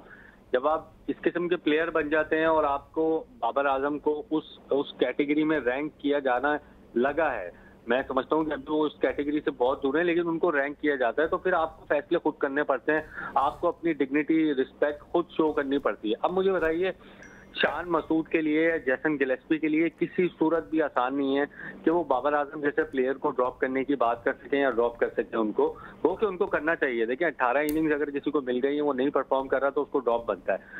लेकिन यहाँ पर बाबर आजम का किरदार बहुत अहम है कि वो खुद क्या सोच रहे हैं, वो खुद क्या वो समझते हैं कि उनको अपनी सेल्फ रिस्पेक्ट का जो है वो ख्याल रखना चाहिए। यहाँ बाबर आजम को खुद ये डिसीजन लेना चाहिए कि हाँ यार, वो टेस्ट क्रिकेट में ब्रेक ले रहे हैं, जो उनके कैंडिडेट हैं जो डोमेस्टिक में परफॉर्म कर रहे हैं, कामरान गुलाम, उनको मौका दें, और जैसे ही वो उनको लगेगा कि उनकी फॉर्म वापस आ गई, उनकी फिटनेस वापस आ गई है, उनका जो हैंड आई कोऑर्डिनेशन है वापस आ गई है, उनकी जो मिडल होने लगा है बॉल, तो फिर उनकी टीम में जगह बनती है, क्योंकि वो एक अच्छे प्लेयर हैं पाकिस्तान के, इसमें कोई दो राय नहीं है।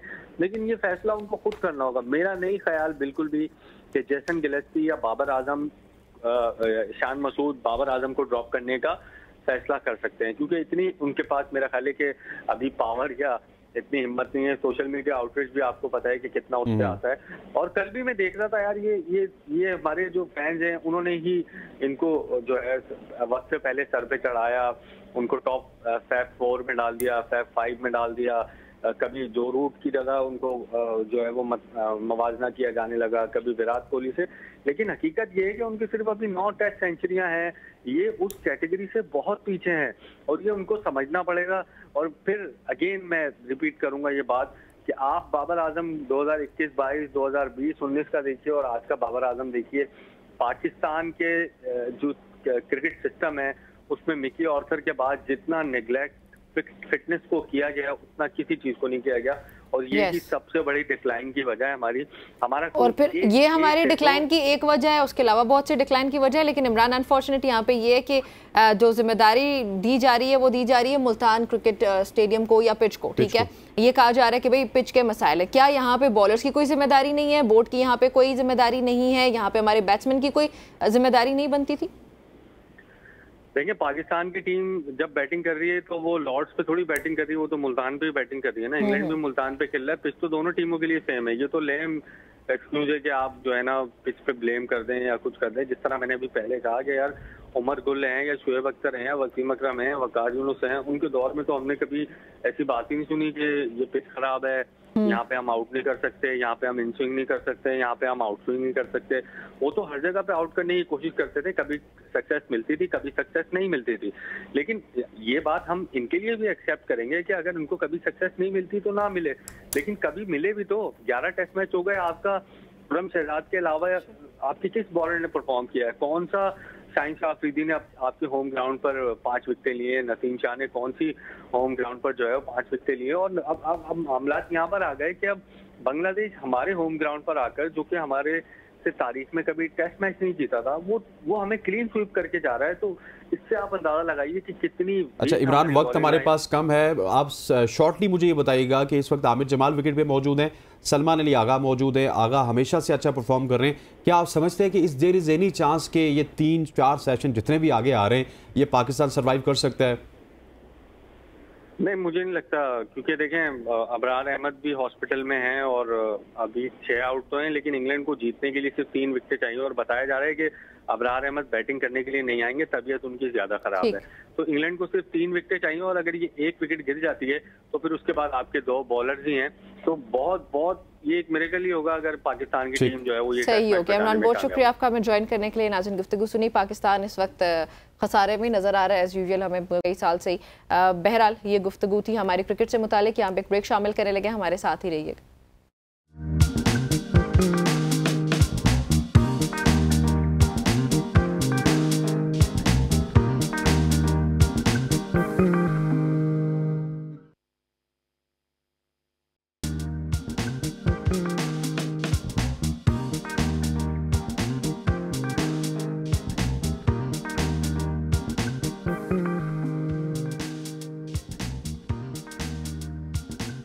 Welcome back to Subah ki सोच। अब जुमे का दिन है, आज हमने इस्लामी पॉइंट ऑफ व्यू से भी बात करनी है, और आज जिस टॉपिक के ऊपर हम बात करेंगे वो है हलाल और हराम।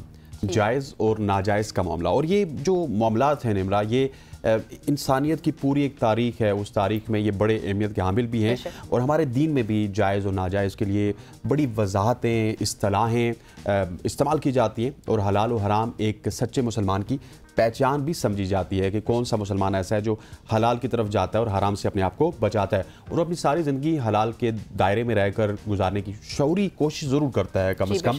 और अगर इसकी कोशिश के बावजूद हराम कभी उसकी ज़िंदगी में दाखिल हो जाए तो वो तौबा का दरवाज़ा इस पर खुल जाता है, वो तौबा भी कर सकता है। अल्लाह ताला चूँकि उसकी नीयत को जानता है इसलिए उसकी तौबा कबूल हो सकती है। बेशक ऐसे ही है। अब ये जो टॉपिक है इस पर बात करने के लिए हमें इन स्टूडियो ज्वाइन किया तारिक एजाज साहब, जो कि एक इस्लामिक स्कॉलर है। तारिक साहब अस्सलाम वालेकुम। कैसे हैं सर आप? अल्हम्दुलिल्लाह। अच्छा, ये जो हमारा टॉपिक है उस पर प्लीज़ हमारी रहनुमाई फरमाइएगा कि एक जैसे आजकल भी डिबेट चली हुई है कि डॉक्टर जाकिर नाइक ने एक बात की है मखसूस टॉपिक के हवाले से, यूट्यूब के हवाले से। अब वो बहस छिड़ चुकी है क्योंकि शायद बहुत से लोग वाकई नहीं जानते कि क्या सही है, क्या गलत है, क्या जायज़ है, क्या नाजायज़। तो कुरान पाक इसके हवाले से क्या कहता है, इस्लाम क्या कहता है? जी देखिए, बिस्मिल्लाहिर्रहमानिर्रहीम, जो टॉपिक है आपका हलाल और हराम का, वो तो एक ऐसा मौजू है जिसमें कुरान और सुन्नत में हमें वाज़ेह हिदायत मौजूद हैं। अब रह गया ये सवाल कि आजकल के इस दौर के अंदर जहाँ पे नित ने एक नए तरीक़ा कार जो है वो रोज़गार के ऑनलाइन है, यूट्यूब है, फेसबुक है और इस तरह के डिफरेंट सोर्सेज हैं, तो उनके रेफरेंस से आपकी जो अर्निंग है वो लॉफुल है या अनलॉफुल है, हराम है या हलाल है। इस हवाले से गुजारिश ये है कि इस्लाम बुनियादी तौर पे जहाँ पे जिस जगह पे बुराई हो उसको पॉइंट आउट करता है, ना कि वो पूरी की पूरी चीज़ को डिमोलिश कर देता है। काबतुल्लाह में 360 बुत रखे हुए थे, बुराई का मरकज़ था। बिल्कुल।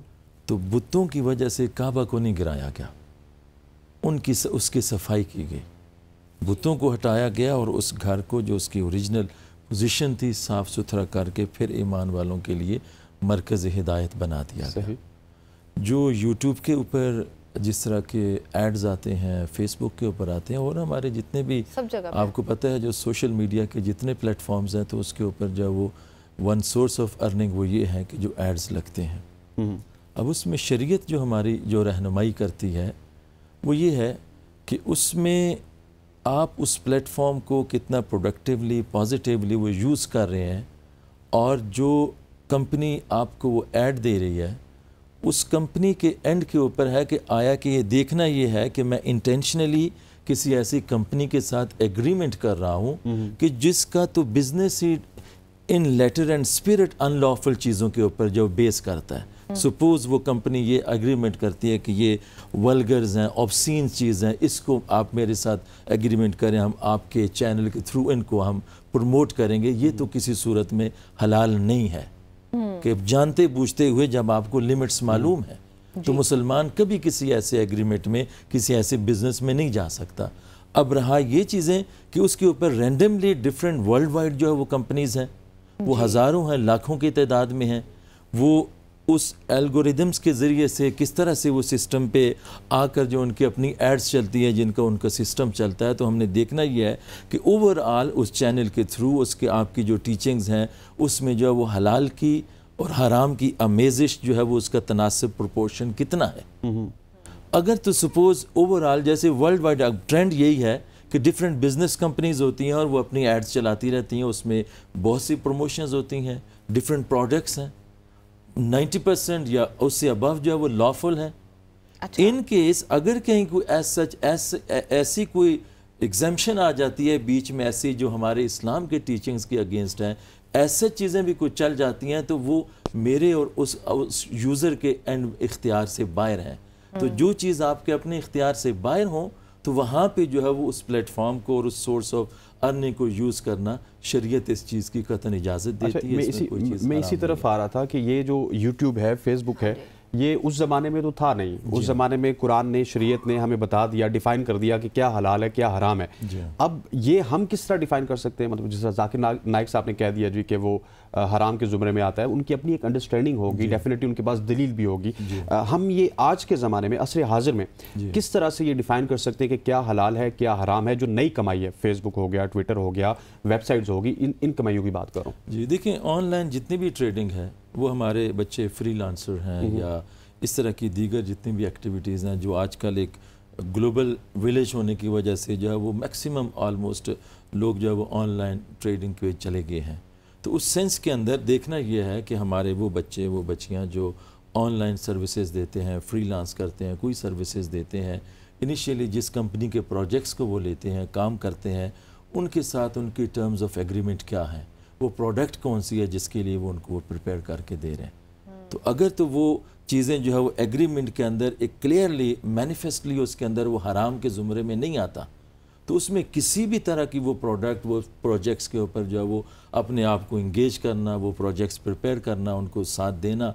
अब आगे उसका वो जो यूज़ कर रहे हैं उसको किस पर्पज़ के लिए कर रहे हैं, उसके लिए जो बनाने वाला है वो रिस्पॉन्सिबल नहीं है। कि एक मेडिसिन की कंपनी है, वो मेडिसिन बना के जो है वो यूजर्स के लिए देती है।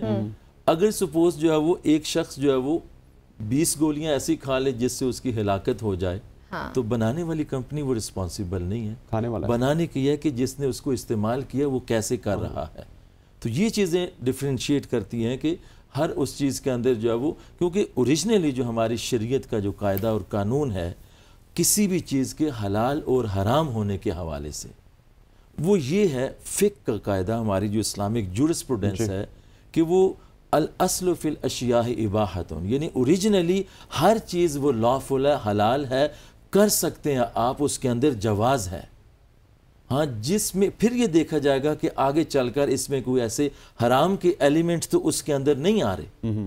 जब आइडेंटिफाई हो जाए, पता चल जाए कि इस तरह की जो है उस एग्रीमेंट के अंदर जो आप जो है उस हराम के अंदर इन्वॉल्व हो रहे हैं, तो वहाँ से फिर जो है वो अपने आप को रिस्ट्रिक्ट करना, रोक लेना, ये जो है वो शरीयत की उस पाबंदियों के अंदर जो आकर एक हलाल के ज़ाहिर की। सही। अच्छा, दो चीज़ें, एक तो हराम, एक तो मुश्तबा, इनके दरमियान क्या फ़र्क है और किस तरह से अगर अगर कोई मुश्तबा का शिकार उसमें मतलब दाखिल हो जाए या उस तरह के कोई मामलात हो जाते हैं तो कैसे खुद को बचाया जा सकता है? जी देखें मैडम, बात यह है कि जो आप सल्लल्लाहु अलैहि वसल्लम ने हदीस भी जो है वो बयान किया, अल हलाल बय्यिन वल हराम बय्यिन व बैनहुमा उमूरुन मुश्तबिहात। हुजूर ने फरमाया एक हलाल की लिस्ट भी अल्लाह ताला ने हमें दे दी है, हराम की लिस्ट भी जो है वो दे दी है, और जो हराम की लिस्ट है वो कुरान के अंदर बयान कर दी गई है। वो रिश्तों के हवाले से भी, वो खाने पीने के हवाले से भी, लिबास के हवाले से भी, जहाँ जहाँ पे ऐसी चीज़ें वो हराम की आइडेंटिफिकेशन कर दी गई है। उसके अलावा हलाल की लिस्ट इतनी तवील है कि उसको कुरान ने, सुन्नत ने इनलिस्ट नहीं किया कि ये भी हलाल है, ये भी हलाल है, ये भी हलाल है। जैसे आप देखें यहाँ पे इस्लामाबाद की सड़कों पे हम चल रहे हैं तो बहुत सारी सड़कें हैं, हर एक के ऊपर नहीं लिखा होता कि इस सड़क पे आप चल सकते हैं, जा सकते हैं। हाँ, जहाँ पे पाबंदी होती है वहाँ पे लिखा होता है कि ये शारे आम नहीं है, प्रोहिबिटेड एरिया है, रिस्ट्रिक्टेड है। तो सेम इसी तरह से शरीयत के अंदर जो राहें, जो पाथ्स, एवेन्यूज़ जो हराम की तरफ लेके जाती थी, उनको जो इनलिस्ट कर दिया गया है कि ये चीज़ें हराम है, इधर नहीं जाना, बाकी सब कुछ हलाल है। अब मुश्तबा जो चीज़ें हैं, एक तो ये चीज़ होगी कि हलाल वाजे हो गया और हराम वाजे हो गया हर चीज़, और जिसको हुजूर ने फरमाया वो डाउटफुल है, जिसका आम इंसान को पता नहीं चलता, तो उसके लिए बताया गया है कि उनसे बचना ज़रूरी है, ताकि आप आहिस्ता आहिस्ता वो बाउंड्रीज़ को अगर आप डिफाइन नहीं कर पाते, आपकी अंडरस्टैंडिंग नहीं है, अनकॉन्शियसली अनइंटेंशनली कहीं हम हराम के ज़ुमरे में ना चलते चले जाएं। तो उसके लिए जो मुश्तबहात हैं, जो डाउटफुल चीज़ें हैं, उसके लिए एक इस वक्त हमारी सोसाइटी के अंदर हज़ार ऐसी चीज़ें हैं जो डाउट्स के ऊपर बेस करती हैं, जिसका बेसिक नॉलेज इस्लाम की शरीयत का हमारे बच्चों को, बच्चियों को, यूथ को नहीं होता, दौरे हाजिर के मुताबिक भी, और वो ट्राई भी नहीं करते। तो उसके लिए यह है कि मुश्तबहात के कोई एज सच कोई आइडेंटिफाइड चीज़ें नहीं है। उसमें यह है कि हर वो चीज़ जो आप ये समझते हैं कि मुझे नॉलेज नहीं है कि अब मेरे सामने ये गिलास रखा हुआ है, इसके अंदर कोई चीज़ है, तो अज्यूम यही करूंगा कि मैं किसी जगह पे एज ए गेस्ट आया तो ये हलाल चीज़ रखी हुई है। अच्छा। जहाँ पे मुझे एक डाउट हो जाता है कि यार इस इदारे का, या सपोज एक ऐसी जगह पे बैठा हुआ हूँ, मुझे डाउट हो जाता है कि सपोज हमारे कई सारे लोग जो है वो जर्नलिस्ट आपके डिफरेंट एम्बेसीज के फंक्शंस के अंदर जाते हैं, वहाँ पे ऑलमोस्ट ये अल्कोहल और इन चीज़ों की जो है वो कोई वो नहीं होती, डिस्क्रिमिनेशन नहीं होती। वहाँ पे इंसान एक डाउट के अंदर चला जाता है, यार ये कलर इसका एज सच मुझे पता नहीं है, ये हलाल है, हराम है, शराब है, या ये पेप्सी है, या कोई ऐसा चीज़ें हैं, वो डाउट उसके लिए क्रिएट हो गया है। अब ऐसी सूरत हाल के अंदर वो लाजमी है कि जो है वो उन मुश्तबा चीज़ों से अपने आप को बचा लेना, सेव करना, वो अपने ईमान मतलब जिनके हवाले से क्लैरिटी नहीं है उनसे आपने अपने आप को सेव करना, उससे अपने आप, या आपकी अंडरस्टैंडिंग भी नहीं है अपने जाती लेवल पे, या ये दीन में। देखिए, अपनी अंडरस्टैंडिंग का तो कोई मयार नहीं है। हमारी अंडरस्टैंडिंग कुरान और सुन्नत है। जो कुरान और सुन्नत के अंदर जो हमें अंडरस्टैंडिंग दी गई है, हमने अपने फहम को उसके मुताबिक डालना है। वरना तो यह है कि बैठे हुए हम 3 लोग हैं, अगर पर्सनल ओपिनियन के ऊपर अकल की बुनियाद पे एक चीज़ हमारे सामने रखी हुई है, आपने अपने नॉलेज के मुताबिक, इन्होंने अपने नॉलेज के मुताबिक, मैंने अपने नॉलेज के मुताबिक, अपने मफाद के मुताबिक, अपने इंटरेस्ट के मुताबिक ये कर दिया, तो वो तो चीज़ें जो है वो किसी सूरत में जो हमें देखना होगा, जो फाइनल जो जजमेंट की अथॉरिटी हमारे पास, जो सुप्रीमेसी ऑफ द कुरान और सुन्ना है, जो कुरान और सुन्नत का मयार है, वो सबसे सुपीरियर है। तो मैं अपनी राय को, अपनी अंडरस्टैंडिंग को, मैंने कहीं से भी पढ़ा है, उसको मैं एवेल्युएट करूंगा कि कुरान और सुन्नत की इस हवाले से रहनुमाई क्या है, और उस ज़मन में फिर जो हमारे जो ज्यूरिस्ट हैं, जो फुकाहा हैं, जो एक्सपर्ट्स हैं इस्लामिक लॉ के, इस्लामिक शरिया की, उनकी ओपिनियंस जो है वो मेरे लिए काबिल अमल और काबिल तकलीद होंगी। ना ये कि मैं ये देखूं कि किसी ने किसी इस बुक के अंदर कोई ऐसी चीज़ लिख दी है, उसकी अपनी अंडरस्टैंडिंग डेप्थ, जिसको कुरान और सुन्नत का जो इन डेप्थ नॉलेज कहते हैं, वो उसका लेवल क्या है, उसके लिए एक अलग से क्राइटेरिया। तो हमें, जैसे हम देखें, हम बीमार हो जाएं फिजिकली, तो हम जो है वो किसी एक्सपर्टर की तलाश के अंदर होंगे, क्वैक के पास नहीं जाएंगे। हम कहेंगे कि चूंकि ये मेरी सेहत का मामला है, मेरी जिंदगी और मौत का मसला है। इसी तरह से अगर मैथमेटिक्स के अंदर जो है वो मुझे कोई प्रॉब्लम है, तो मैं फिजिक्स के एक्सपर्ट के पास कभी नहीं जाऊंगा, मेडिकल डॉक्टर के पास नहीं जाऊंगा कि मुझे मैथ्स का ये क्वेश्चन नहीं आता। दीन के मामले के अंदर मुझे अगर कहीं कंफ्यूजन है, कोई मुझे रहनुमाई चाहिए, तो इसी तरह से जैसे स्पेशलाइज्ड लोग हैं डिफरेंट फील्ड्स के अंदर, वो अपने डोमेन के अंदर अपनी एक्सपर्ट ओपिनियन देते हैं, तो दीन के मामले के अंदर हमारी रहनुमाई कुरान सुन्नत के अंदर वही लोग दे सकते हैं जिनकी जिंदगी दीन और इस्लाम को पढ़ते हुए और उनके ऊपर जो है वो लोगों को दीन का बताते हुए गुजरी है, उनकी ओपिनियन हमारे लिए ज्यादा वाज़ेह। बहुत शुक्रिया। वक्त हमारे पास कम है, आपकी बातें तो इतनी मजे की थी कि हम चाह रहे थे कि और भी इन डेप्थ एनालिसिस आप करें इन तमाम तर चीज़ों के ऊपर। ख़वातीन और हज़रात, आज की सुबह की सोच से इतना ही। इंशाअल्लाह अगले हफ्ते फिर आपसे मुलाकात होगी। मुझे और निमरा को इजाज़त दीजिए। अल्लाह हाफ़िज़।